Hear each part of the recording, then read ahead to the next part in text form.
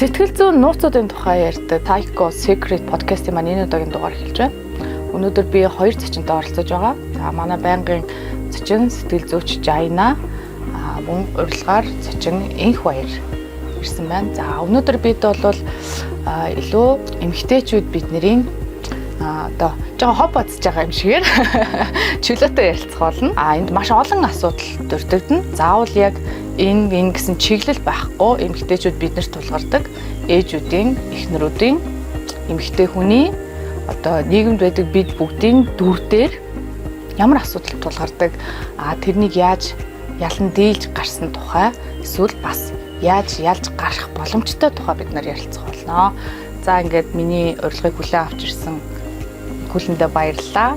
Сэтгэл зүйч Жайнатаас баярлалаа. За биднэрт одоо нэг ийм асуудал байна.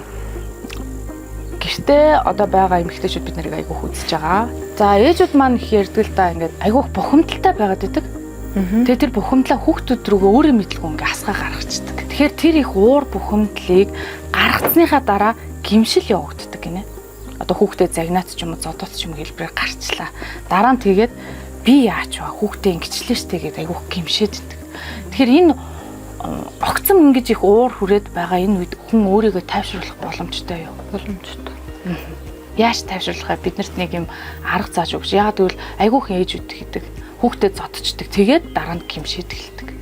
За одоо яг огцом ууртай үед хүн өөрийгөө яаж тайвшруулах вэ гэхээр жоохон амьсгалын дасгал хийж агаад тэр яг ууралж байгаа мэдрэмж чинь бие махбодын яг аль хэсэгт байна гэдгийг ингээд чагнах хэрэгтэй. Тэгэнгүүт ер нь бол зарим хүн чинь өөрийнхөө ууралж байгаагаа бариад энэ хоолойн дээр мэдрэх ч юм уу, цээжин дээр мэдрэх, эсвэл зүрхэн дээр ч юм уу тэр зүйлийг ингээд төсөөлөн бодож үзэх хэрэгтэй.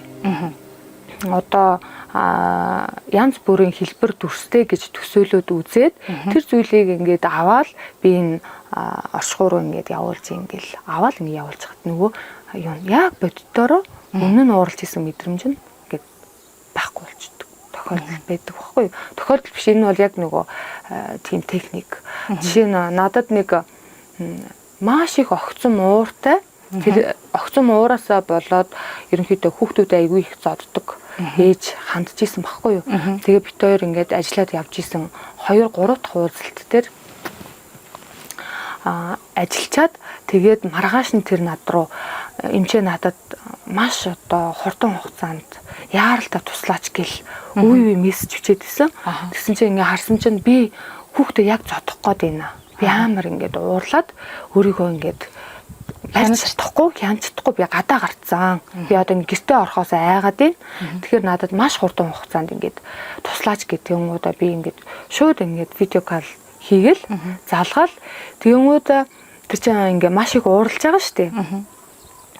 Тэр ууралж байгаа шалтгаан нь ерөөсөө хамаагүй. Тэр хүүхд яаж ийн гэр орон ямар байх нь хамаагүй. Та ингээд ууралж байгаа явцдаа за та ингээд нэг газар очиод суучих гэл тэгэл гадаа нэг сандал дээр тэр суусан. Тэгэнгүүтээ шууд ингээд амьсгалын дасгалаа хийгээрэй гэл. Тэг хүнзгий ингээд 5 секундын турш амьсгалаа аваад 2 секунд бариад 8 секундын турш айгүй удаанаар ингээд 2-3 гаргаснаа уурлах мэдрэмжээ ингээд бие махбодын яг аль хэсэгт байгаагаа ингээд мэдрээд үзэх хэрэгтэй. Тэгэнгүүтээ тэр уурлах мэдрэмжийг бид нар юутаа зүйрлэж төсөөлөгдөж чинь тэ нүдэн айнаад төсөөлөхөд жишээ нь зарим хүнийх чулуу эсвэл тоосох юм уу хар манан утаа болж харагдаад ингээд тэгдэг байхгүй. Тэгэнгүүтээ за энийг би ингээд өөрөөсөө ингээд аваад гаргаараа гэл тэгэнгүүтээ ингээд гараараа ингээд аваад төсөөлж юм нөгөө хүн тэ гараараа ингээд аваад ингээд явуулчлаа гэд. За одоо яаж юм гэхээр одоо нөгөө уурлах мэдрэмж маань байхгүй болчлоо. За тэгвэл та ингээ гэртээ ор гэхээр гэртээ орохдоо тайван болцсон нөгөө хүн. Тэгээ хүүхдүүдтэйгээ зүгээр ингийн яриад нөгөө уурлах хасаа өмнөх тэр хүний нөгөө мэдрээд аваад байгаа мэдрэмж байгаа штэ хүүхд нь тэрийг ойлгуулад ингээд ойлголцол үүсээд байгаа байхгүй юу. Энэ яг энэ техникийг одоо үзээд сууж байгаа хүмүүстэй илүү ойлгомжтой болох үүднээс бит хоёрыг та удирдаад энэ дасгалыг хийж үзэж болох уу? Болно. Одоо та хоёр эхлээд амьсгалын дасгалаа хийж үзээрэй. Ерөнхийдөө ингээд ямар ч сөрөг мэдрэмжэн дээр байж болно. Түгших, айх, сандрах, уурлах тий бие суул тайвна.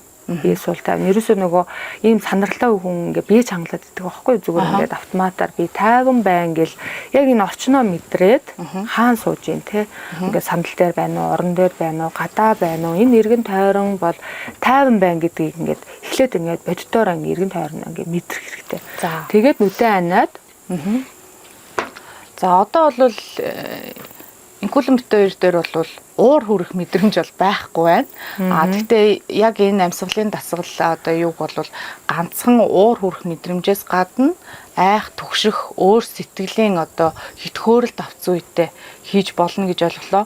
За сая бол би нэг жоохон кофе ууцнаас үүдэлтэйгээр миний дотор нэг юм юу яасан мэдрэмж байгаад байна л да. Зүрх тэлсэх ч юм уу тий. За би энэ дээр ажиллажээ. Сандралтай төстэй юм. Тийм, сандралтай төстэй. Энэ дээр ажиллажээ гэж бодлоо. Тийм, би өглөөс нөгөө цайгаа уугаад жоохон дотор бэлбэгнээд байгаа болохоор яг тэрэн дээр л ажиллаж тий. Тэгвэл хоёулаа энэ дээр ажиллажээ. Бусад хүмүүс маань өөрсдөн дээрээ төрсөн одоо тухайн мэдрэмжэн дээр яаж өөрийгөө тайвшруулж болох энэ дасгалыг одоо Жайна хэмж байна бит хоёрт. Зааж өдөрдөж хэлэх гэж байна. За яг одоо ингээд нүдэн анаад эхлээд нүдэн анах. За одоо хамраараа гүнзгий ажуухан 5 секундын турш амьсгал аваад 2 секунд төгжээд ажуухан шар үлээж байгаа юм шиг уруулаад цорвойлгоод 8 секундын турш ингээд гаргана. За энэ давтамж бол 3-5 удаа байвал сайн.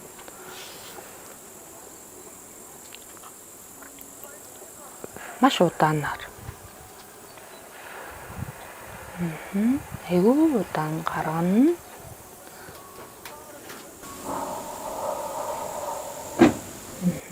За жишээ нь ингээд нүдэн анаад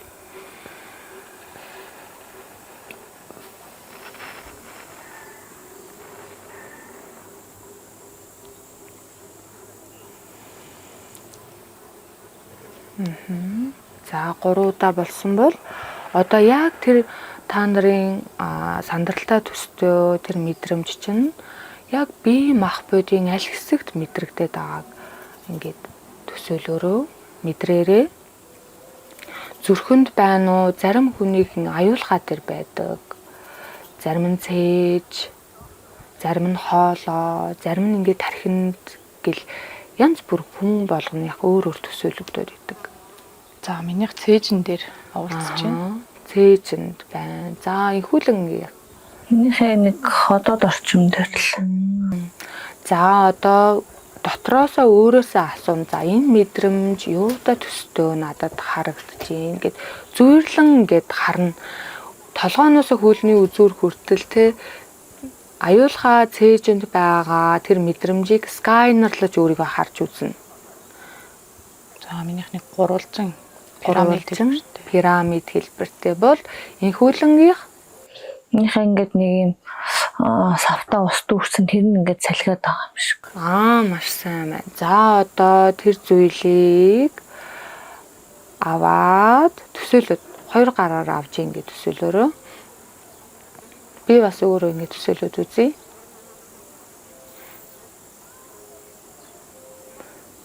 Маш сайн байна.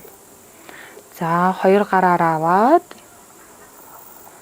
за тэнгэр рүү нисгэж гэж төсөөлөөд тэнгэр рүү даатхан нисгээрэй. За ер нь бол зарим хүнийг ингээ юм үлдээд байгаа юм шиг санагддаг. Дуустал нь ингээ түүгээд аваад явуулсан ч болно. Авч гаргасны дараа за энэ оршихуй ертөнцийн сайн сайхан зүйлүүд маш их байдаг учраас надад маш гоё сайхан энерги урсан орж байна гэд тэр одоо цээж болон аюулхай хэсгийг гэрэлтэй гоё сайхан энергиэр дүүргэж байна гэж төсөөлөөрөө. Солилцоо явагдаж ингээд. За маш сайн байна. Одоо чи яаж юм? Минийх айгу хөнгөрсөн мэдрэмж төрж байна. Дуусч гин үү те? Тийм. За энхүүлэн яаж юм? Миний хас юу солигдчихлоо. За одоо тэгэхээр удаанаар амьсгалаа аваад 2 секунд төгжээд ажуухан үлээж гаргаарай. одоо ингээд энергийн ийм солилцоо явагдлаа гэсэн үг байхгүй юу? Та нарыг ингээд эвгүй одоо мэдрэмж төрүүлж байгаа тэр энерги арилаад оронд нь маш гоё энэ байглаасаа нарнаасаа ч юм уу тий гоё энерги солилцоо боллоо гэж төсөөлөөд хөнгөрж байна. За одоо та нар эргэн тойрноо яг мэдрээд үзээрэй. Та нар тайван ийм байгаль дунд сандал дээр сууж байна. Энэ арсны гадаргуугаар сууж байгаа хэсгүүдээ мэдрээрэй. Гараараа хүрэлцээрэй. Солонгойч гараараа энэ сандал. За энэ сандлыг мэдрээрэй. Ерөөсөө юу ч бодохгүйгээр сандлыг тэмтэрч байгаагаараа мэдрээрэй. Ингээд сандлаа тэмтэрч байна. За би сандал дээр сууж байна. Би өөрийн гэртээ, би байгаль дээр тайван сууж байгаа юм байна. Гэт ингээд дотроо хэлээрэй. Гаднаа хэлсэн ч болно. За би тайван. Байгаль дээр сууж байна. За одоо мэдрээрээ сандлаа мэдрэн, эргэн тойрон агаараа мэдрээрээ, орж гарч байгаа агаараа мэдрээрээ. За та нар бол тайван амгалан ийм гайхамшигтай байгаль дээр сууж байгаа юм байна. За одоо ажуухан нүдээ нээж болно. Ажуухан нүдээ бол ажуухан нэгээд за гараараа ингээ үрээд маш сайн байна. Ийм гоё энергийг одоо бид нар ингээ шингээгээд авах хэрэгтэй. Чихээ зөөл нь одоо гараа ийм гурвалжин хэлбэртэй болгож байгаа. Чихэндээ ингээ зөөлн дараад энерги бол миний бүх бие мах бодод шингэж гин. Би одоо ямар ч сөрөг мэдрэмжгүй маш тайван байна, тий? За өөртөө ингээ тэрвэрээрээ. За одоо яаж юм та хоёрын тэр Маш гоё тайвширсан, хөнгөрсөн. Тийм мэдрэмж авч нөгөө өмнө нь ингээд цээжин дээр нэг жоо оволцоод тассан зүйл байхгүй болцсон байна, намжигдсан байна. Маш гоё үр дүнтэй тасгал байна. Энхүүлэн хувьд яаж юм? Тийм аюу тийм гоё гүн гүнзгий унтаас ирсэн юм шиг. Амарсан мэдрэмж авч байна. Тий. Тэгэхээр энэ аргыг бол бид нар яг огцон мууртай хүүхдээ ингээд зодох гээд байгаа үеийг хүн ингээ өөрийгөө барьж чадахгүй байгаа шүү дээ. Барих гал тий өөрийгөө уураа ингээд дарах гал яахаа мэдэхгүй байгаа ээжүүд тий хэрүүл үүсгээсээ сэргийлэх гээл хүүхдүүдээр ямарваа нэгэн трама үүсэхгүй байхыг хичээж байгаа ээжүүд маш их байгаа өнөөдөр. Тэр ээжүүд яг ууралсан тэр мэдрэмж тэр яг энэ дасгалаа хийгээд үзвэл тэгэл нөгөө айгүй гоё ингээд тайвшраал хүүхдтэй тий яг эрүүл өөрийнхөө ухамсар тухаанаараа ингээд ярилцаж ойлголцох боломжийг ингээд гаргах байхгүй юу. Ер нь бол нөгөө огцон уур чинь айгу жижиг зүйл байсан ч гэсэн яг тухайн үедээ бол ууралж явах үед энэ жижигэн зүйл гэж юусоо бодохгүй уураа гаргашдаг. Тэгээд дараа нь ингээд явахад зүгээр л нэг аяг угаах асуудал гэсэн. Зүгээр л хүүхд даалгавраа хийгээгүй асуудлыг би хитрхи томруулчих гээд өөртөө гэмшил явагдаад байдаг. Тэгэхээр яг энэ одоо огцон уур хүрсэн энэ үед эхлээд тайвширчих юм бол бид нэр дараа нь одоо эрүүлэр өөрийнхөө мэдрэмжийг өөр хүүхдүүдтэйгээ ярилцах боломжтой болгоно. Заавал ганцхан одоо хүүхдүүдтэр гихгүйгээр та ажиллаа хийж байхад хамт олонтойгоо ч юм уу өөр хин нэгэнтэй нийгэмдэр харилцаж явах үед бас ингээд уур бухимдал төрөөд амн дээр ингээд юм гарч ирэх гээл юм бол эхлээд тайвширч. Тий. Тайвширсны дараа саруулхан орж ирнэ. Заримдаа бүр ингээд сууж агаад ч ер нь бол энэ дасгалыг хийх ямар ч боломжгүй үедээ хүн зүгээр л төсөөлж гэтэл ер нь бол нэлээд хөнгөрчдөг. Ажлаа хийгээл явж байхдаа заримдаа ингээд сөрөг бодлууд ингээд ургуулan бодоод тухгүй болж эхэлдэг шүү дээ. Тэр үедээ тэр сөрөг бодлууд болон ямарваа нэгэн айдас төвшөлтийн үе тэр мэдрэмжийг шууд ингээд биеийн аль хэсэгт байна. Энэ бол энерги баггүй. Тэрийг ингээд зүйрлэн төсөөлөхөд яг ямарваа нэгэн сөрөг одоо биетэд хувирж ингээд төсөөлөгддөг. Тэр зүйлийг би ингээд аваад явуулчлаа. Ингээд даатглаа. Энэ оршихуйд ерөөсөө даатгая. Би үүнийг ингээд шийдэх албагүй чадахгүй юм байна. Тэ би ингээд хүн заримдаа өөрийнхөө сул дорой гэдгийг хүлээн зөвшөөрсөн үедээ бас амар амгаланд мэдэрдэг байхгүй. Би энэ болгоныг хянаж чадахгүй байна. Би ингээд засаж чадахгүй байна. Тийм болохоор энийг оршихуй чамд даатгая гэл аваад ингээд явуулчихтал ер нь төсөөллөөрөө хийж байгаа шүү дээ. Зүгээр ингээд махаа хэрчиж байгаа л тэ ингээ өглөөл уурлалыг л тэрийг төсөөлөл явуулчихтал ер нь бол тайвширч байна. Маш гоё үрдүд тасгал байна. Тийм сөрөг бодол гэснээс ер нь бол одоо ингээд яг ингээд хүний сэтгэл зүй өвдөд эхлэхээр хүн айгүйх сөрөг бодолд автдсан байлээ. Тэ? Чи тэгж үзсэн үү? Ер нь айгүй сөрөг бодолд автчих. Байнгын сөрөг зүйл бодоол тэгэл тэрийг ингээл ургуулan бодоол тэгэл тэрнээсээ нөгөө хийсвэрээр айгаад ч юм уу улам итгэл тий өөрийгөө хатуулаад тэнгүүтээ тэрнээс ч маш их дандаа сөрөг бодлоос дандаа сөрөг сэтгэл хөдлөл үүснэ шүү дээ тий. Тэгэл маш миний хувьд бол маш уур хүрээд иддэг гэсэн. Ингээд тавчтаад уур хүрээд яг эмчтэйг ажиллаж авах үед бол тэгээд миний ингээ уур хүрээдэн би нэг яг яахаа мэдэхгүй байна. Тэгээд унтаад ингээ өглөө босоход л нэг юм сөрөг дуу хоолой байнгын байж идэг. Тэгэл чи болохгүй байна, чи бүтэхгүй байна гэл маш тод тийм дуу болоод гэсэн. шүүмжлэх байх тий. Тийм өөрөөгөө дотроос шүүмжлээд идэг. Тэгээд тэр нөгөө нэг шүүмж маань эргээд яадаг гэсэн бэх маш их тамирдуулдаг. Ямар ч одоо юм хийх итгэхгүй болгодог. Энержиг их зарцуулж байна. Тэгээд би бүр ингээд нүүр гараа угаагч тэнгэл байдгүйсэн. Надад тэгээ миний бүр ингээд өглөө ингээд босоод ингээд нүрээ нэг сайхан ингээд арчлаа те эмхтэн хүн чинь ингээд нэг хөнгөөр арчаад нэг тос түрхдэг штэ. Тэгэх миний бүр ингээд мөрөөдөл болцсон юмсэн. Ямар ч тэнгэл авахгүй. Ер нь одоо нөгөө бүр тэнхэл болохгүй байна.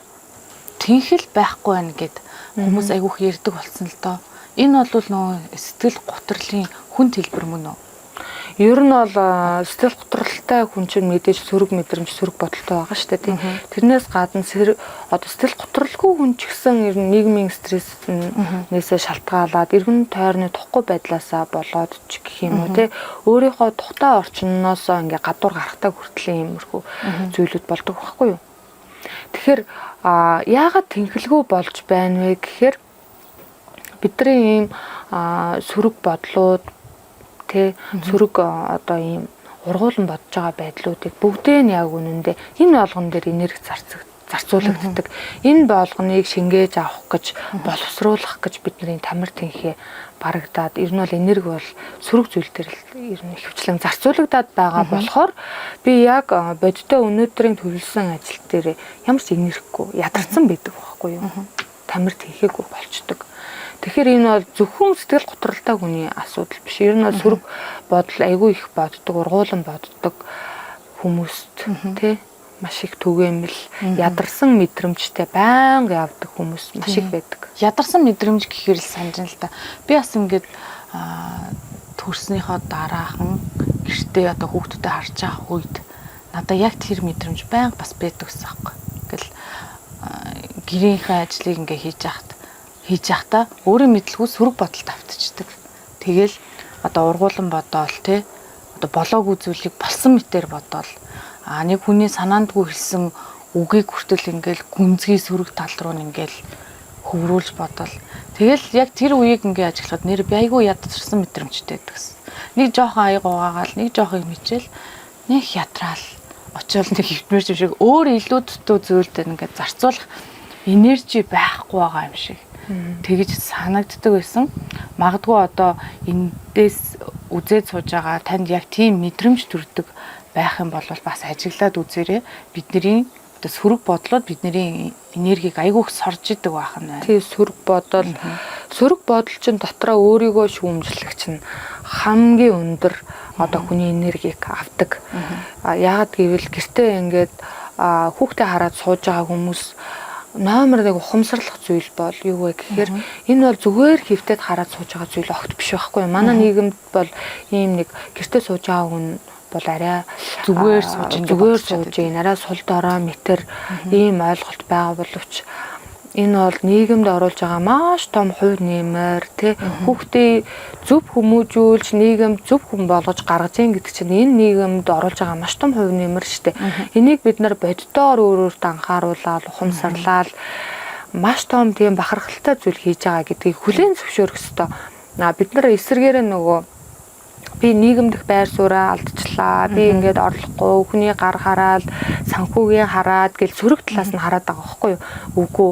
Энэ бол яг үнэндээ эмэгтэй хүний хувьд энэ хувь заяанд нь маш том үүрэг байхгүй юу? Маш том хариуцлага, маш гоё зүйл хийж байгаа гэдгийг ерөөсөө тэр гоё талаас нь харахгүй бид нар дандаа сөрөг талаас нь хардаг болохоор сөрөг тал чинь дараа дандаа сөрөг юм бодуулж байгаа шүү Тийм. дээ. Эргээд эн чинь нөгөө өөрийгөө ингээ химэлж байгаа. Би ингээл ямар ч ингээд нийгмээс гоцорчлоо. Өдөө би 30 гарчаад бүтээсэн ажил байхгүй байна. Гэх мэтчлэн боддог. Яг үнэндээ тийм биш байхгүй юу? Яг эндээс ингээ харахад хүн эхлээд өөрөө өөрийгөө шүүмжилт юм лээ. Тий, ер нь бол Хин нэгэн хүн намайг чи гэртээ зүгээр сууж ин гэж хэлээгүй байхаас эхлээл эдгээр намайг яг тэгж бодож байгаа хта гэж эхэлж хүн бодоод тэгээд яг тэр энергийг бусад орчин тойрондоо түгээгээд идэв юм шиг ба. Дараа нөгөөхийг нь хүн хэлээд өгчөөр ингээ амар ууралдаг. Намайг гэртээ зүгээр суугаад сууж ин гэлжлээ. Би уг нь хүүхд харж байгаа штэ гэд бодоод. Гэхдээ яг үүндээ дотроо өөрөө төрүүлээд би ингээд ажилгүй гэртээ суугаад байна да, орлохгүй байгаа даа гэдгийг төрүүлээд өөрөө их бодоод идэв. Энэ тийм байгаад байгаа байхгүй юу? Өөртөө сэтгэл ханамжгүй байдлууд тий яг тэр үед ингэ сэдрээд байна. Тэр хүний шалгуураар сэтгэл ханамжийг юунаас авах вэ гэхээр нийгэмтэйгээ хамт бүтээсэн ажилтай одоо карьертэй байж ижил хүлээн зөвшөөрөгдөн гэдэг тийм андуурал гэх юм уу, ийм нэг итгэл үнэмшил байна л да тий. Тэгэхээр ингээд юмнаас гоцорд байгаа юм шиг л тий нэг ууртаа ингээл гэртээ байгаад байгаа байхгүй юу? Өөрийгөө шүүмжилж химэлж тэгээ дутуу үнэлж ингээл байгаад байгаа. Тэгэхээр яг үнэндээ тийм биш. Энэ бол гэртээ хүүхдээ хараад сууж ин гэдэг чинь маш том ажил. Маш том ер нь бол хариуцлага, үн цэнтэй. Тэгээ ер нь бол хүүхдийн тэр 3 нас хүртэл ээж нь ингээд гэртээ хүүхдээ хайрлаад сууж ин гэдэг чинь тухайн хүүхдийн хувь заяанд нь маш том нөлөөлөх зүйл байхгүй юу? Энэ одоо ингээд гүйцэтгэж өгч ин гэдэг чинь зөвхөн миний хүүхэд гэж бодоод байгаа даа биш те. Миний хүүхэд би бүхэл бүтэн улс орны иргэн хүн. Их дэлхийн бүхэл бүтэн нэг хүн гэдэг оршууг бид нэр бүтээж байгаа гэдэг утгаараа энэ бол тийм зүгээр нэг цалинтай зүүрлдэг те, ажил хийгээ цалинтай зүүрлдэг тийм ажил биш. Бид нар айгүй үн цэнтэй бүхэл бүтэн хүн бүтээж байгаа гэдэг. Маш чухал ажил. Яагаад гэвэл яг гэртээ суугаад хүүхдээ 3 нас 5 нас хүртэл ч юм уу те хайрлаад ер нь бол хайраар дүүргэж өссөн хүүхдийн цаашдаа тэр хүүхэд шилжилтийн насандаа ч гэсэн тэр оюутан болоод ээжээсээ холдоод явсан ч тэр дараа нь өөрийнхөө амьдралд одоо гараад ирнэ шүү дээ, том бие хүн болоод тэр үед ч гэсэн санаа зовох зүйлгүйгээр амар тайван суух маш том тийм сүрийн тавьж өгдөг байхгүй юу. Хэрвээ тэр ээж бол хүүхдээ ингээ босон болоогүй ингээл хүнээр харуулаад өөрөө ингээд ажиллаа хийгээл өөрийгөө тавшруулах л арга байгаад байгаа байхгүй. Би ингээд нийгмээс гоцролгүй ингээ ажил хийж шүү гэл өөрийгөө тавшруулж байгаа боловч цаана хүүхэд хайраар дутчихвал энэгшил дутах гэдэг тий одоо эхийн тэр энэгшлэн дутвал тэгэл тэр нь насан туршдаа бид нар нөхөх одоо боломжгүй болчдөг. Цаг хугацааг ухраах боломжгүйгээр тэр хүний одоо зүрх сэтгэлд нь хайрын дутагдал гэдэг чинь дутуугийн комплекстэй хүн болж гарах юм уу тий. Дараа нь дурсаа илрээд сөрөг үр дагавартай нөхөж боломгүй тийм үр дагаврууд гаргаад идэг болохоор би бол тэр гэртээ сууж байгаа хүүхдээ харж байгаа ээжүүдийг бол үнэхээр амьдралынхаа хамгийн чухал зүйл төрөнгө оруулалтыг үүрээд байгаа шүү гэдгийг одоо хэлмээр байхгүй юу. Онцлон одоо ингээд нөгөө бусад орны жишээнүүдийг ингээ харахад те just Японд ээж үзсэн. Япон ээжнэр бол хүүхдээ гаргачаад шууд ажил хийдэг юм билээ. Яг нөгөө чи мэдэх бах бас солонгос ээжнэр ч гэсэн хүүхд гаргачаад одоо тэр хүн чи ажил хийж байгаад жирэмсэн болоод хүүхдээ гаргаж байгаа шүү дээ. Тэр хүүхдээ ажилдаа буцаж орох гэж юусоо яардаг юм блэ. Нөгөө хүүхдийг боломжгүй бол одоо 3 нас хүртэл нь яг гэртээ хүүхдээ өөрөө хараад 3 наснаас нь хоошо цэцэрлэгт өгдөг ч юм уу. Бүр ингээд зарим ээжнэр бол бүр хүүхдээ бага сургуулийн төгссөн өнөө эргээд би comeback хийн гэсэн ерөнхийдөө тэр Япон, Солонгос тийм Аз ээжнэрийн тийм юу онцлог бас байд юм билээ. Тэгээ энийг нь одоо бид нар чинь ингээд 90 оны үед те 90 80-ад оны үед манай ээжнэр бүр нөгөө социализмын үед ч гэсэн бид нарыг төрүүлчихэл шууд ясалт өгөөл ажил хийж идэг байсан тийм ээжнэрийг нөгөө харж өссөн Монгол ээжүүдийн хувьд болохоор илүү нөгөө нэг юм болгоныг нийгэмд ажиллаж байгаа оролцоо хэлбэрээр үнэлж дүгнэх гээд байд юм шиг байна. Тэгээд ээжнэр маань буцаад биднэрт бас яг тэгж би чамайг тэтгэн сартаа ах чи ясалт өгчвөл ажил хийгээ явж исэн. Тэгэл 4 хүүхдээ ажлын хажуугаар өсгсөн гээд байдаг. Тэгээд энэ дээр ингээ харахад нөгөө ээжнэр маань дахиад яг нөгөө ингээд би хүүхдээ гаргачаал ээжгээ ажил хийх ёстой гэж яарад байдаг. Тэгээд хийж чадахгүй байгаадаа ингээд өөртөө ингээд дутуу үнлэмж өгөөд готраад идэг юм шиг санагдсан. Одоо яг одоо тэр чигтээ би ингээд шүүмжлэх гээд байгаа юм бол биш л те. Тухайн үеийн тэр зүйлүүдийн үр дүн өнөөдөр ингээд нийгэмдэр харагдаад байна шүү дээ. Яг үнэндээ гэр бүлийн харилцаа ямар үлээ те. Одоо ингээд ихэнхийн гэж ингээд хэлэхгүй ч гэсэн ер нь баланс алдагдсан байгаад байгаа байхгүй. Тэгэхээр өнөөдөр яг ингээд ирээд үйлчлүүлж байгаа хүмүүсээс ингээд ажиллаад үзэхэд биш үү? Ер нь бол тэр ихийн энэгшил гэдэг чинь миний одоо ингээд ойлгосон зүйл вэ гэхээр ихээс авах энэгшил ямар их чухал юм бэ? Тэр авах ёстой цагтаа ингээд авах л ёстой юм чинь тэр одоо байх ёстой чинь байх ёстой байхгүй юу? Яагаад гэвэл тэр нь ингээд хүүхэд гэдэг чинь өөрөө ингээд төрсний дараа сул дорой, хүнээс хамааралтай, хайр бол хүсэж идэг. Яг тэрийг л өгөхгүй бол дараа нь 1000 одоо онд сурлагтан байгаад хөл алдах магадлал их байт юм байна. Одоо бид нар ингээд харьцуулаад өөрсдөөсөө ингээд харьцуулалт ингээд зөвхөн ингээд бодоод үзэхдээ маш их ялгаа байна. Жишээ нь одоо инхүүлэн та хоёр ч юм уу тэгээ гадаадд цоошин танихгүй орчинд очихоор та нар ямар сэтгэл зүйтэй байх вэ? Тэ ганцаараа, тэ ганцаардл, тэ ерөөдөө тийм нөгөө айгу ингээд хүйтэн орчин чим шиг танихгүй мэдхгүй орчин чим шиг те яг тэрнтэй төсөө тэрнээс хэд нугуулсан тэр нялх хүүхдийг одоо миний хувьд ээж байгаа ч гэсэн тэр хүний хувьд тэр хүүхдийн хувьд эмээ өвгөн ч гэсэн танихгүй орчин байхгүй. Тэгээ үлдээгээл эгчтэйч үлдээгээл дүүтэйч үлдээгээл ингээл эн тэнд үлдээгээл өөрөө ажиллаа хийгээд явах нь тухайн нялх хүүхдэд ерөөсөө танихгүй мэдхгүй шинэ орчинд байгаа тэр одоо ганцаардал тэр хүйтэн тэр мэдрэмжийг өгдөг байхгүй юу. Тэгэхээр энэ нэг сэтгэл зүйн байдал нь өөрт нь ингээд үлдчихдэг. Үлдээд дараа нь нэг тасан зохицох чадвар ч нөлөөлнө нийгэм шиг тэр чадвар ч гэсэн сөргөөр нөлөөлөддөг байхгүй юу. Тэгэхээр ер нь бол их хүм гэдэг чинь хүүхдээсээ 3 нас хүртэл ер нь бол салахгүй байсан. Дээр 3 нас хүртэл одоо хүүхдээ харж байгаа ээжүүд бол үнэхээр бол амьдралынхаа хамгийн чухал зөв зүйлийг хийж байгаа. Тэг яг нөгөө нэг хүн өөрөө өөрчлөгдөд ирэхээр хүүхэд нүдэн дээр өөрчлөгдөд ирсэн юм билий. Тэгээ би өмнө нь болохоор яадаг байсан бэ гэхээр нөгөө байнгын охиндоо нөгөө санаа зовоод байдаг. Манай охин одоо 9-10 настай л та. Тэгээд нөгөө даалгавар хийсэн чинь яг хажууд нь ингээл хэлж өгөөл ягс ингээл суугаал. Юусе нөгөө бие даах боломжийг юус олгодгүйс. Тэгээд ингээд би өөр дээрээ ингээд ажиглаж хахад би маш ууртай байсан билээ. Тэгэл тэр уураа ингээл хүүхдэд огцом гаргацдаг.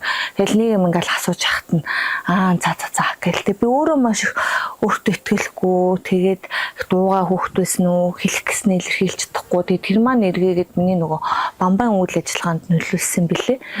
Тэгээд тэгсэн чинь ингээл нөгөө хүүхд ингээл юм илэрхийлэх гээл ярих гэхээр нь надад өөртөө гэж өөргөө илэрхийлэх загвар байдаггүй учраас ингээд бүрэн гүйцэд нүдрүү нь хараад ярьдаг тийм харилцаа байхгүй.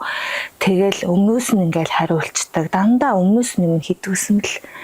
Тэгэд хүүхдийн нөгөө нэг тархины үйл ажиллагаа тухайн одоо хүний тархины үйл ажиллагаа гэдэг чинь 3 хэсгээс бүрдчихэд юм байна л та. Хамгийн одоо анхдагч тархи маань бол энэ бидрийг нөгөө хамгаалдаг одоо амтналаг тархи. Одоо хүн ч өөр байгалийн байгалийн хүн 90% ер нь бол аратналаг амт юм байна л та. Тэгээд дунд тархи тэг хамгийн уртлын ухамсар тархи бол бидний одоо 25-аас 30 наснд бол бүрэлдэж дуустдаг юм байна. Хөгжиж дуустдаг. Тэгээ яг энэ хугацаанд энэ хөгжлийг одоо юу гацаадгүй гэхээр маш их одоо хүүхдээ сэтгэлийн траума, сэтгэл зүйн одоо асуудал маш их айлгах, аль эсвэл донтолт, хүчирхийлэл тэр бүгдийг энэ ур тархины одоо юунд хөгжил нөлөөлж идэм байна л да. Тэгээд хүүхдтэй ер нь бол яг ингээд нэг 5 нас хүртэл нь яг ингээ яг тэр нөгөө амтналаг байдлын дэмжээд хамт ингээ тоглоод одоо гүйж хараагаад тэгж явах хэрэгтэй байна. Тэгээ ерөөсөө ингээд хүүхдийн тэр амтналаг тархийг тайван байлгаж ивэл урд тарих одоо нуртлын ухамсарт тарих бол байнга ингээ хөгжиж идэм юм л та боловсрч идэг. Тэгээ хүүхдийг яг тэр уртлын тархийг яаж дэмжиж өгөх вэ гэхээр халуун дулаанаар ингэж зөөлөн дуу хоолоогоор ярих. Тэгээд маш ийм зөөлөн харцаар харах. Тэгээд дээрэс нь 4 цаг тутамд хүүхдийг ингээ хоолж явах. Ялангуяа уургаар баялаг хооллох. Дээрэс нь 9 цагаас өмнө унтуулах. За энэ бүгдийг ингээд хангацсан байгаа цагт хүүхдэд одоо ингээд орчин цагт чинь үнэтэй боловсрол олох гол тэгдэг штэ. Тэрх шаардлага байхгүйгээр хүүхдийн тарих яг ингээд хөгжих явцдаа хөгждөг.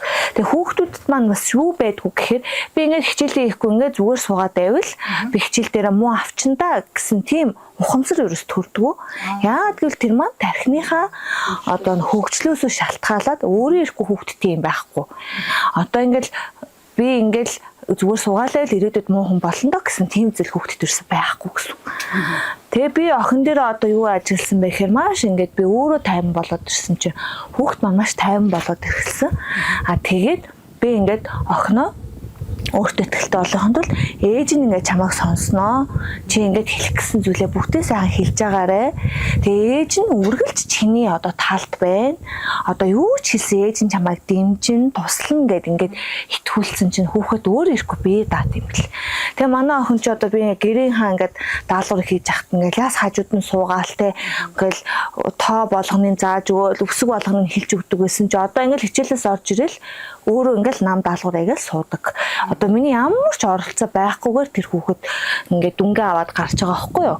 Тэгээд багштай өөрийгөө бас илэрхийлж чаддаг болсон. Өөрийгөө нийцсэн. Тий, нийцсэн. Одоо ингээд багштайгаа бүр ингээд харилцаа те багшаа та надад ингэж хэлэхэд тэр чинь надад ийм одоо санагцсан гэдэг ингээ бүр мэдрэмжээ ялгадаг болцсон. Оо ямар гоё юм. Тэгээ миний бас нэг ялгаа нь юу гэхээр ингээ би гэртээ ингээ ууртаа ороод цухалдаал ингээ тахаар хүүхэд өөр дээр бурууг авдаг те.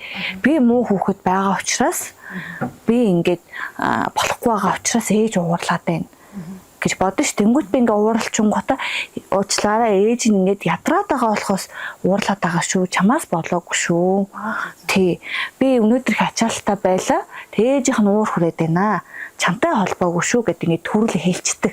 Тэгээ хүүхд бол ойлгох юм бэл.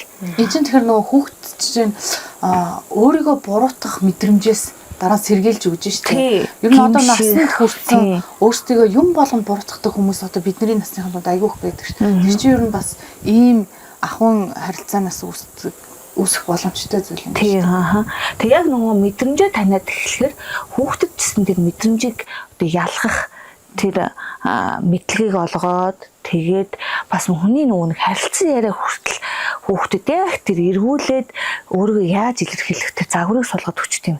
Би одоо ингээ солонгос кино үзээд ч юм уу те ингээд кино ингээд үзэж яхад яг тэр загвар байгаа хгүй. Жишээлбэл би тэр нөгөө Дурсамж 1988 гэдэг тэр кино үзлээ л дээ. Тэгсэн чинь аав нь ингээд шинэ амьдрал зохиогч байгаа байхгүй юу. Тэгэхдээ хүүхдээ урдаа суулгаж байгаад ингээ аавд нь хэлэх юм байна.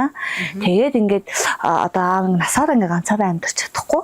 Тэгээд ингээд тэр ихчтэй хамт амьдрдсан билүү гэж бодож байна. Гэхдээ чамд хэрвээ хэцүү байвал аав нь тэрийг хүндэлнэ, ойлгоноо. Чамд хэцүү байвал аав нь шийдвэрээсээ буцаж чадна гэдгийг хэлээд тэгээд ингээ харилцан ярилцаад тэр шийдвэрийг хүүхдээ өөрөө нь гаргаж байгаа байхгүй. Тий.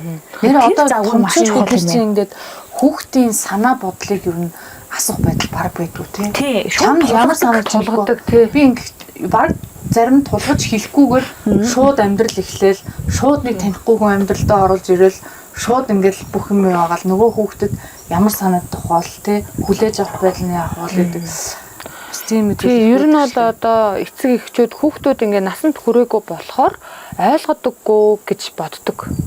Гэхдээ хүний яг сая инхүүдэн ярьж байгаа тэр урдлын тархин хөгжөөгүй ч гэсэнтэй тэр аратналаг болон тэр дунд тархиараа бүх мэдрэмжүүд байгаа. Тэрүүгээрээ хүүхдүүд ер нь бол юу болж байгааг ойлгоод идэг. мэдээж нөгөө уртлын тархины хөгжөөгүй учраас илэрхийлж ингээд зөв тэр загварууд байхгүй ээжээсээ үлгэрлж байгаа тэр одоо өөрийгөө илэрхийлэх тэр зүйл нь байхгүй бол ойлгуулж чадахгүй байгаа болохоос ш хүүхдийн тэр бухимдаад уйлаад эсэргүүцээд байгаа байдал нь юу вэ гэхээр тэр одоо бүх зүйлийг мэдрээд дотроо ингээд мэдрэмжүүд нь байгаа байхгүй юу. Тийм болохоор ер нь бол хүүхдүүд ойлгохгүй гэд бид нар ингээд харьцахгүйгээр орхиж болдгоо. Ер нь хүүхдтэй хүүхэд гэж биш те том хүн шиг ингээд харьцаж ах хэвээр. Том хүн шиг. Одоо бид нар том хүнтэй би тэгэх гэсэн юм аа чи яаж юм гэл бодол санааг ингээд асуудаг шүү дээ. Яг тэрэн шиг ингээд том хүнтэй харьцаж байгаа юм шиг бид нар ингээд яг хүндэтгэлтэйгээр ингээд харьцаад ирэхээрээ хүүхдүүд ээж маань ингэж байгаа юм байна гэд ингээд ялгаж салгаж зөв ингээд ойлголт ингээд суудаг байхгүй юу. Тэгэхээр бид нар бол тэгдэггүй шууд ингээд тулгачдаг тэг ингээд загинждаг наа чин ингээд шууд ингээд буруу байна гэл ингээд шүүмжилчдэг. Энэ болгоно яг үнэндээ хүүхдүүдэд ингээд дотроо ингээд маш том зөрчилдөөнүүдийг үүсгээд идэг байхгүй юу. Энэ нөгөө анхдагч амтналаг тарих гэдэг байгаа шүү дээ амигдалта гэд. Энэ маань болохоор ингээд нэг секунд тутамд ингээд орчныг анзаарч идэм байна л да. Тэгээд юу мэдээлэлээ бидний бие рүү илгээж идэг. Одоо гаднаас 5 хүн ороод ирлээ те миний биений хаана мэдрэгдэхүүх одоо чи хүн болгоных өөр зарим хүн ингээ хоолоогоо цасдаг ч юм аль эсвэл гэд сүвддэг ч юм уу те нуруу би шархирдаг ч юм уу те ингэж ид тэгэхээр ингээд энэ тархийг ямар ч хуурах боломж байхгүй яа гэвэл энэ орчноо үргэлж үнэлж идэг.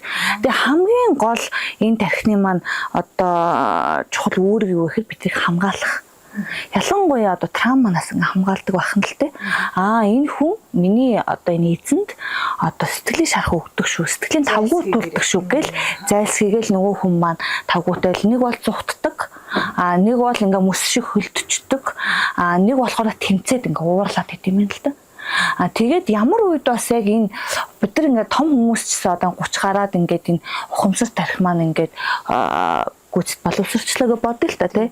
Тэгэхэд ингээ ямар үед бид нар ингээд өөрөө ирэхгүй хүсээгүй хариу үйлдэл гаргацдаггүй гэхээр сэтгэл хөдлөлд автсан үед энэ уртлын тарих зүгээр ингээ хаагдчихдаг. Хит баярлах, хит гуниглах тий. Хит уурлах, сэтгэл хөдлөл автж байгаа энэ үед энэ уртлын тарих огт ажиллахгүй. Тэгээд юу яадаг. Амтналаг тарих нь ажиллаад нэг мэдхэд л очоо хүүхдээ зөхөд авцсан байдаг. Нэг мэдхэд л нөхөртөө хэлмээргүй байсан үгээ хэлсэн байдаг тий.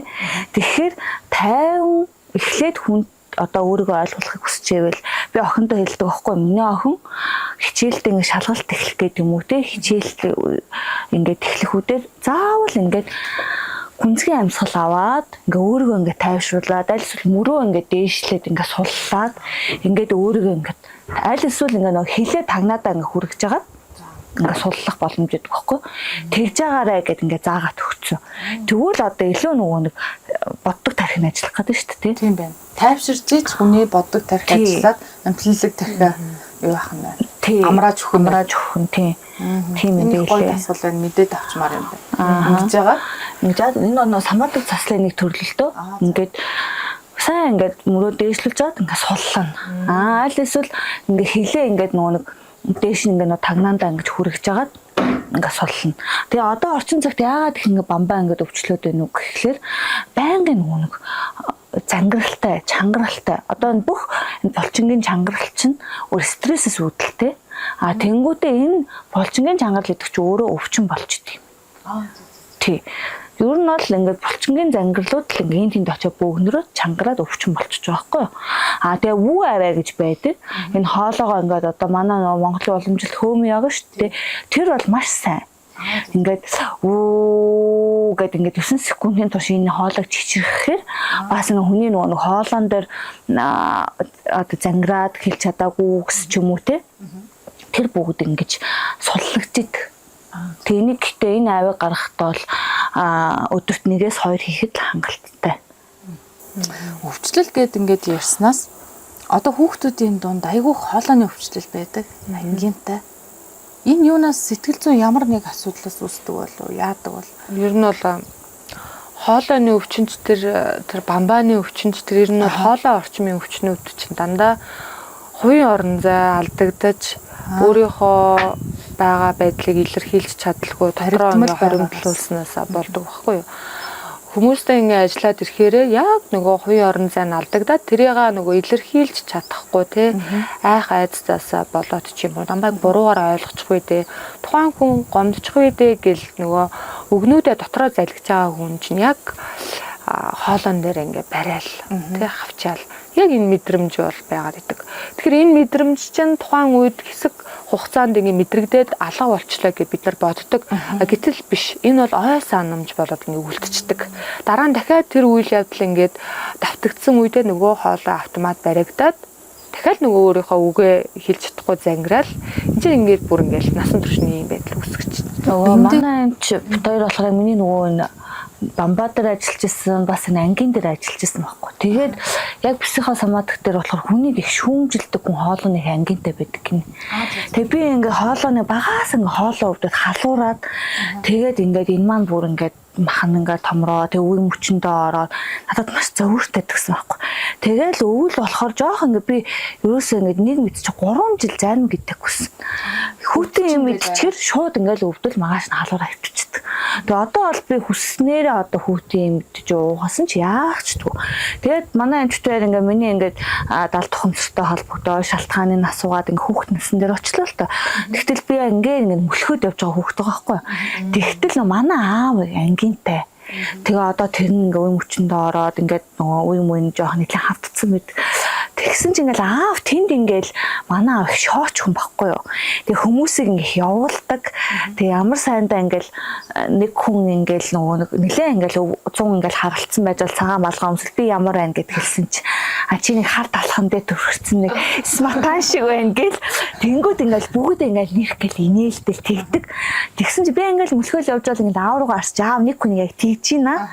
Тэр чинь нөгөө цаагаараа ингээ шүүмжлээд байгаа хгүй тэр хүнийг алиа хошин байдлаар тэгээ би ингээд ажиглаж ис чинь нөгөө ингээд алиа хошин байдал өртөж байгаа хүнд нь айгу тавгүй байна гинэ. Тэгсэн чинь яг миний ингээл мөлхчөөсөө хүүхдэд ингээл үн мөч жоох ингээл хөндөөрлөл эхэлж байгаа байхгүй юу. Тэгээд яг одоо нөгөө нэг ааш цан уламжлагддаг. Тэгээд тэр ааш цангаас үүдэлтэй тухайн өвчлөл үүсдэг баг. Тэгэхээр нөгөө би өөрийгөө маш их шүүмжилдэг, маш их дотоод зөрчилтөөс учраас тэр маань миний ангийн үе мөч руугаа ингээд орцсон юмс. Тэгээ би эмчтэйгээ ингээд ажиллачаад ингээд бичиж өөрөө ирэхгүй дотроос ингээд би ингээд эмч тийм тэр ч тийм ингээд бодох гэхээр хүн шүүмжлэхгүй шүү гэсэн дуу хоолой гарч ирээд тэгэж надад нөлөөлсөн. Тий би санаж байна те. Яг чи нөгөө битэр ингээд ажиллаад сууж байхдаа ингээд мөлхөөд явж байгаа мөртлөө аавын тэр үгийг хэлж байгаа үг бусад хүмүүс инээж байхад энхүүлэн бол тэрийг нөгөө хүний өмнөөс нь мэдэрч хүлээж авч исэн байхгүй юу? Тэр хүн оронд өөрийгөө тавиа бодчихсон.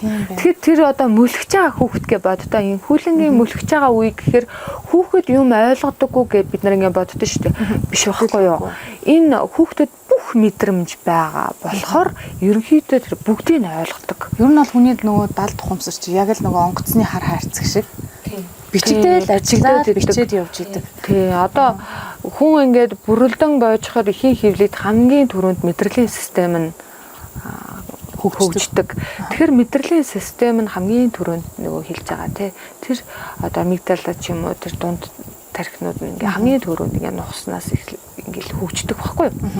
Тэгэхээр тэр одоо ихийн хөвлөд байгаа бүх датанууд чинь байгаа. Тэгэхээр ер нь бол хүнийг бол хуурах боломжгүй. Бидний сэтгэл чинь мэдрэмж чинь бүгдийг нь ер нь бол ялгаж салгаж яг бодит байдлыг ингээд тусгаж дата болгож авч идэх байхгүй юу. Энэ хүүхдийн чинь ингээд ойлгохгүй гэдээ бид нэр орхичдаг энэ бол тийм биш. Маш сайн ойлгодог. Үлгийтэй хүүхд байсан ч гэсэн ерөнхийдөө мэдж байгаа. Бүр тэр тоол одоо юусэл гисэнд байхасаа л ээжийнхаа мэдрэмж орчин тойрныхоо мэдэрдэг. Одоо ингээд хүмүүстэй ажиллахад сая ингээд энхүүлэн мөлхөж байгаа үеийг ингээд санаад ярьж штэ тий. Тэр байр тухай хүмүүстэй ажиллахад төрсний дараах яг төрөнгүүдаа байгаа мэдрэмжийг далд тухамсар санаж байгаа байхгүй. Далд тухамсар байгаа байхгүй. Тэрийг чинь өнөөдөр нөгөө терапины явцад ил ухамсар маань хөгжсөн болохоор тэр мэдрэмжийг тэгжсэн байх, ингэжсэн байх ингээд ялгаж салгаад над руу ингээд яриад идэх байхгүй юу. Тэрийг ингээд би ингээд ойлгож аваад ингээд анализ хийгээд ингээд чиглүүлээд нь штэ. Тэгэхээр бид нар ихийн хөвлөд байгаа зүйлээж санана, төрсний дараахаа санана бүх юмаа сандаг. Тэгэхээр бүх датанууд байгаа. Хизээж бид бидний мэдрэмж хуурдаггүй яг үнэн хിവэрэ байдаг. Тийм болохоор ер нь бол өнөөдрийн сэдв маань ихэнхдээ хүүхдүүд руугаа чиглэлжлээ шүү дээ. Хүүхдийг бид нар хуурна, хүүхдийг ер нь бол тэгин ингэн гэсэн ойлголтоос ер нь бол салаад бид нар яг хүндэтгэлтэйгээр харьцах хэрэгтэй. Яагаад гэвэл миний одоо мэдрэмж, миний хүүхдэд ч гэсэн тийм мэдрэмж байгаа. Тэгэхээр ээж хүн те ихүүлэн хэллээ шүү дээ. Би ингээд ууртаа тухгүй үедээ хүүхдийн маань сэтгэл зүйн байдал ямар байсан гэсэн бэлээ сая. Манай охин маш төгшүүртэй байсан. Би тайван болоод өөр өөртөө ажиллаад ирсэн чинь хүүхд маань итгэлтэй болоод хичээлээ хүртэл өөрөө би даан хийдэг болоод маш гоё өөрийгөө илэрхийлдэг, мэдрэмжээ ялгадаг болсон. Ер нь бол мэдрэмжээ ялгаж гин гэдэг чинь хүн айгүй ингээд тайван үедээ ялгаж салгаж чаддаг. Төгшөлттэй хүн бол ялгаж салгахгүй шүү дээ. Төгшөлт нь давмгай байдаг болохоор ерөнхийдөө өөрийгөө хамгаалах систем нь ажиллаад идэг байхгүй. Тэгэхээр ээжийн сэтгэл зүй бол хүүхдэд бол шууд нөлөөлдөг. Тийм шууд хамааралтай. Хамааралтай. Би ингээд сандрал төгшөөд эхлэхээр хүүхдийн тэр тайван байдал, тайван амгалан байгаа орчин алдагдаад ирнэ. Тэгвэл хүүхдэд ч гэсэн автоматар аюулгүй байдал алдагдчих гэдэг тийм төгшөлтийн дохиод архинд ингээ үүсч эхэллээ. Араатай амьтан шиг шууд ээжийнхээ харцыг харлаа, хоолойны өнгийг харлаа, байгаа байдал үйлчлийг харлаа, шууд ялгаад мэдчихсэн. Тэрнээс биш ингээл бид нар ингээл наашаа харж инээ цаашаа харж өгүүлээд хүүхдээ хуураад байна гэж боддог. Тийм ямар ч боломж байхгүй юм бэл. Яад гэвэл энэ амьтанлыг тарих бол үргэлж очныг үнэлээ. Тэгээ бид нарт дохио сигналыг өгч өгдөг учраас. Тэгэхээр ерөнхийдөө ингээ ээжүүд байдаг да. Тэ гэр бүлийн хэрүүл маргаан байгаа. Тэгээд нийгмийн асуудлууд тэ энэ болгон дээр би ингээд хүүхдийн төлөө төвчих ёстой. Хүүхдийн төлөө ингээд байгаад байгаа шүү гэж байгаа. Боловч яг үнэндээ энэ өөрийгөө ингээд золиослон байж төгшөлт дунд энэ сэтгэл зовнил, санаа зовнилтын дунд амьдарч байгаа ээжигээ харах хүүхэд бол хүсээгүй травма авдаг. Давхар хүчирхийл төртөж байгаа хэлбэр шүү. Тий. Давхар тэр хүүхэд зүгээр ингээд цохихоосоо илүүтэйгээр тэр хүний далд хумсард тэрнтэй дүүцэгс тэрнээсээ ч их одоо сэтгэлийн шарах ингээд үлдчихийдэг. Ээж минь надаас болоод одоо өөрийнхөө амьдарч чадахгүй байна гэдэг буруутгалаад гээд тий буруутгал бичигдээд байдаг. Энэ ингээд ирээдүйд ингээд энэ чинь ингээд тухайн үедээ бичигдээд амьдралаасаа ингээд дараа нь нөлөөлөхгүй гэдэг зүйл байдаггүй. Хамгийн гол нь хүүхэд насны энэ аваад байгаа шарах үзэл бодол сөрөг тийм итгэл үнэмшлүүд амьдрал дээр нь байнга циклтэйгээр ингээд нэг өмнөх нэг подкаст дээр нэг хальт яригдчихсэн баг. Ээжийнхаа зовж байгааг харж өссөн хүүхэд ямар сэтгэл зүйтэй болох вэ гэсэн чинь аврагч сэтгэл зүйтэй болох магадaltaй юу? Тийм. Ер нь бол аврагч сэтгэл зүй өөрийгөө золиослчдаг хүүхэд болно. Одоо нэг амьдрал дээр юм байдаг шүү дээ. Өөрийнхөө амьдралыг босгоогүй хэрнээ тэ өөрийнх нь асар их хэрэгцээг хангаагүй хэрнээ дүүнэрийнхээ амьдралыг босгохгүй бол тэнд аав ээжийнхаа ч юунд байгаа л гэтэл энд нөгөө хажууд хань ижил нөгөө сэтгэл хангалуун биш те. Чи өөрийнхөө гэр бүлийг ингээ харж хандаач гэхээр хаа байсан хамаатан садан найз нөхөд аав ээж ах дүүнэрийнхээ амьдралыг ингээ зохицуулаад яваад цалингаа дүүнэр рүүгээ явуулдаг жишээ байдаг шүү дээ. Тийм нөгөө одоо ингээл одоо нэрээ нутсан захиа групп мөрөггүй л ингээ янз янзын юмнууд байгаа ш. Тэрэн дээр дандаа нэг тиймэрхүү юмнууд байдаг ш. Манай нөхөр ингээл хадмууд ингээд байна те. Нөхрийн ажилласан бүх цалин ингээд хадмууд авчдаг. Гэтэл энд ингээд 2 3 хүүхэд нь гарцсан. Энэ амьдралыг ингээд өөрсдийнхөө өмнө байгаа амьдралыг босгохгүй хэрнээ цаашаагаа ингээд байна гэдэг чинь ер нь аврах сэтгэл зүй мөн биз дээ тэр бол. Тийм. Тэр хүн ер нь бол бидний амтналаг тэр араатлаг шинж юу дутагдсан бэ гэдэг чинь кодлоод авсан байгаа байхгүй юу?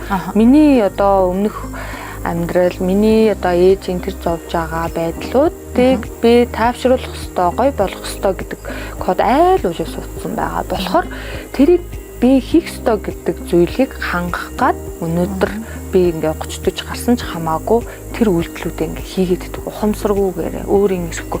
Яагаад гэвэл энэ тэр мэдрэмж хуучны тэр мэдрэмжээрээ бид нарыг удирдах идэх байхгүй юу?